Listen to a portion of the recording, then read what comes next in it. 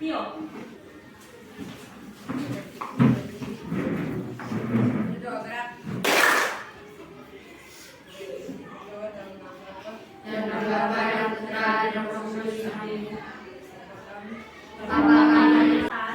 Ibu ingin cek kehadiran adik-adik terlebih dahulu.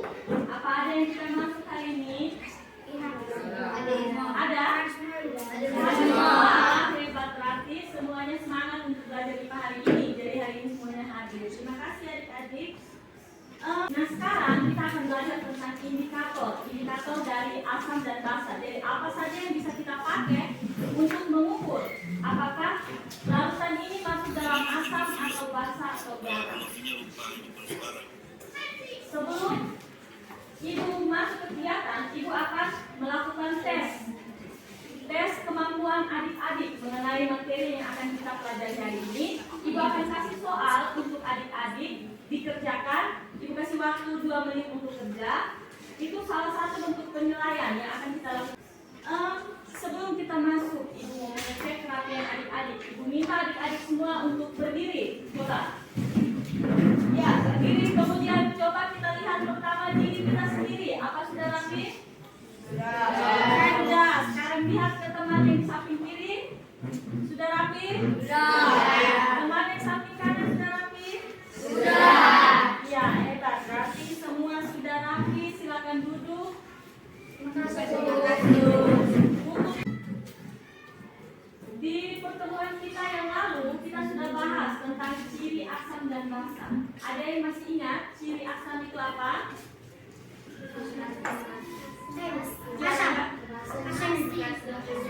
Rasanya asam. Iya, rasanya asam. Kemudian ciri basa. Rasanya pahit. Oh ya, rasanya pahit. Berarti ingatannya adik-adik masih bagus, masih bisa ingat.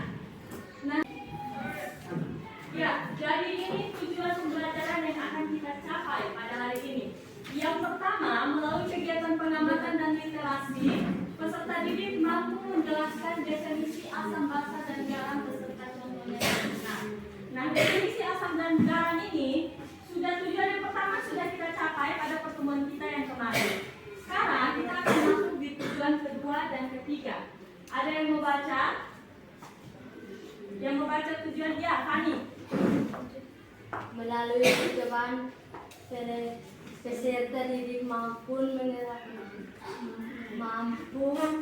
menganalisis penggunaan indikator asam basa dan dengan tepat. Ya, jadi tujuan kedua itu adik-adik mampu menganalisis penggunaan asam basa dengan tepat. Terus yang ketiga, tadi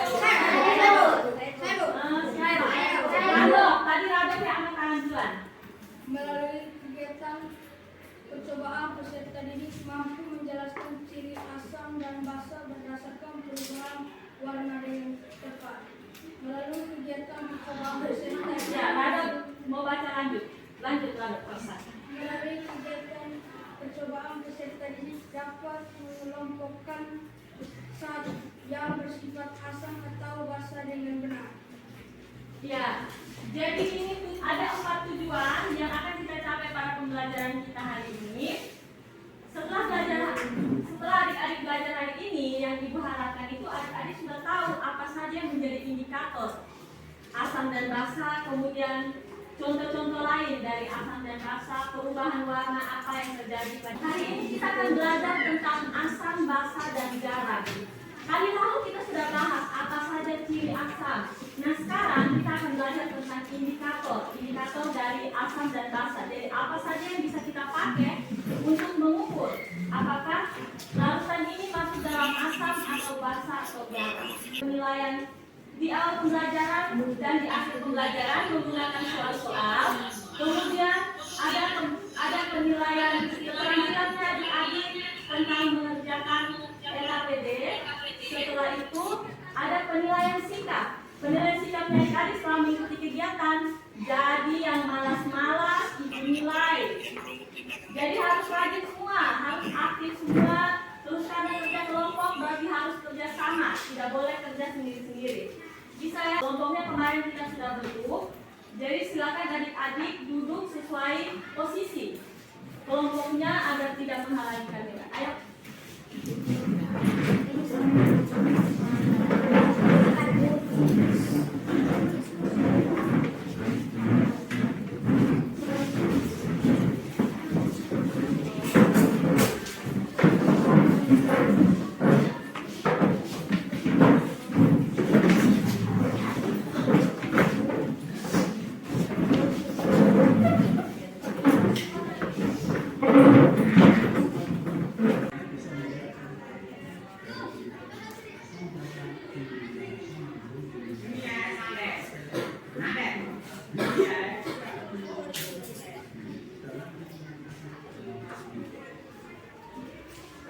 Ya, adik-adik, tadi itu video tentang uji asam basa menggunakan indikator-indikator tadi itu yang diberikan. Karena di lab kita itu tidak punya bahan-bahan yang tadi, maka kita akan menggunakan bahan-bahan alam untuk kita gunakan sebagai indikatornya kita. Nah, yang mau ibu tanya,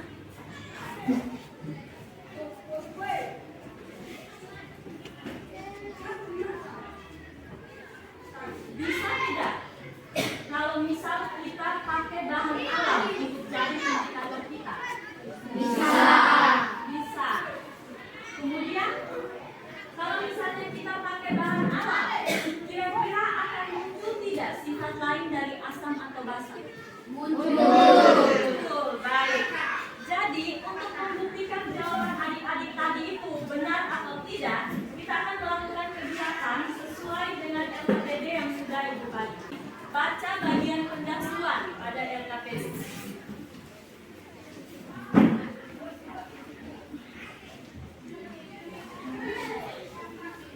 Baca, silakan adik-adik buat pertanyaan untuk tulis di rumusan masalah.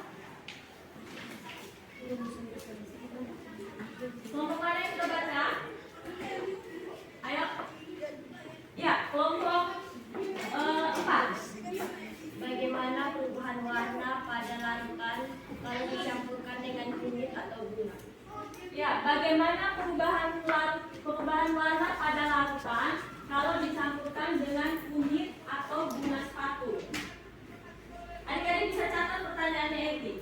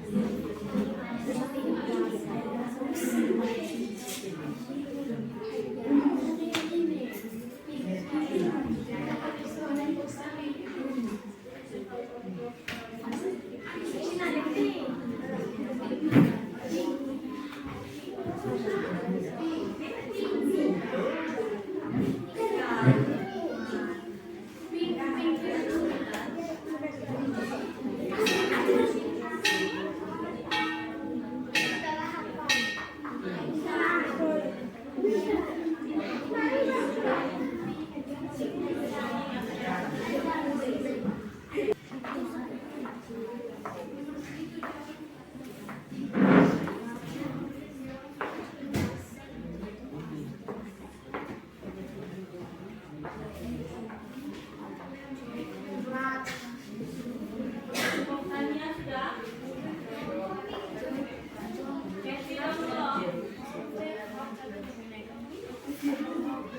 Ibu kelompok belum aktif.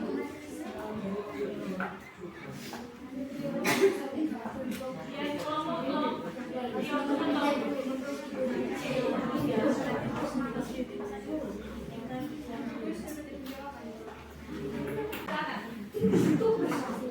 Silakan semua kami dari kelompok 4 akan presentasi hasil pengalaman melakukan. Silakan untuk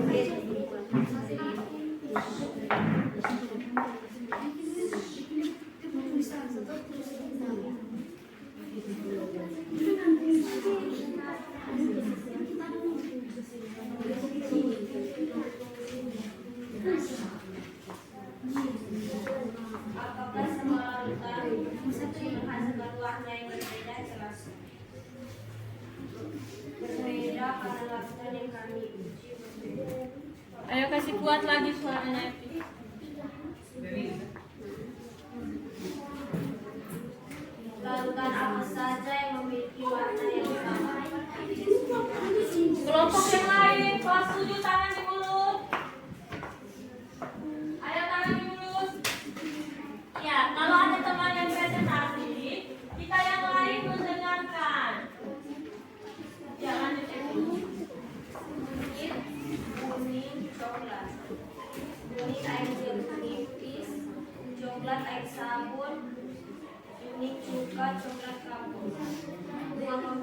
mengandung merah, air jeruk nipis, dan juga hijau, air sabun, kapur.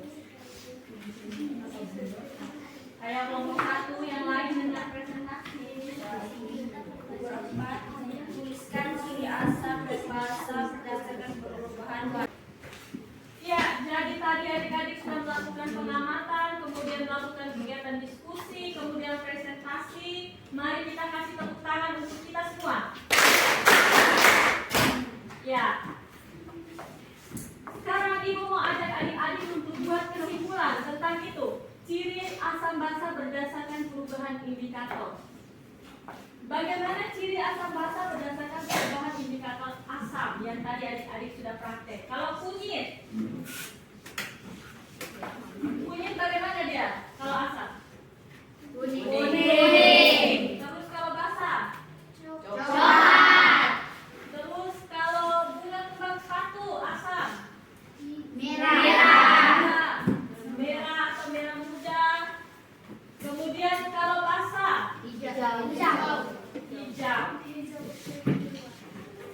Nah, jadi adik-adik sebagian besar sudah mampu menyebutkan ciri asam basa berdasarkan perubahan indikator tadi. Sudah bisa tanya adik-adik. Ibu mau uji sekali lagi pemahaman adik-adik. Indikator alami itu bisa tidak kita jadikan indikator untuk menguji asam basa? Bisa. Bisa. Semuanya bisa jadi indikator? Bisa. Semuanya bisa? Tidak. Ya? Tidak. Tidak bisa. Jadi tidak semua bahan alami bisa kita jadikan indikator. Kenapa? Kenapa kita tidak bisa semuanya jadi indikator kita untuk uji asam basa? Ada yang bisa? Ya? Karena tidak semua bahan alami itu bisa stabil dan perubahan warnanya bisa kita amati dengan jelas. Ada yang tidak kasih perubahan warna, kemudian ada yang perubahan warnanya berubah-ubah. Jadi tidak semuanya bisa kita jadikan indikator alami yang bisa kita pakai. Contohnya apa saja? Kunyit. Air jeruk tidak bisa kita jadikan indikator. Bunga kembang sepatu. Terus apa lagi? Bunga jam 9. Bunga mawar. Bunga telang. Ya. Jadi kita sekalian mengkoreksi jawaban dari kelompok 2 tadi untuk pertanyaan dari kelompok 3. Kalau yang kertas lakmus, kemudian fenolftalen, terus metil, itu semua bukan indikator alami. Indikator alami ya bahan-bahan yang dari alam yang bisa kita jadikan indikator. Bisa mengerti ya? Bisa. Lakukan tes sekali lagi untuk mengetahui kemampuan akhirnya adik-adik. Apakah tadi pembelajaran kita berhasil atau tidak? Jangan-jangan adik-adik cuma teriak ikut-ikut. Tapi tidak ya? Ibu yakin kelas 7 ini hebat-hebat mereka. Silakan duduk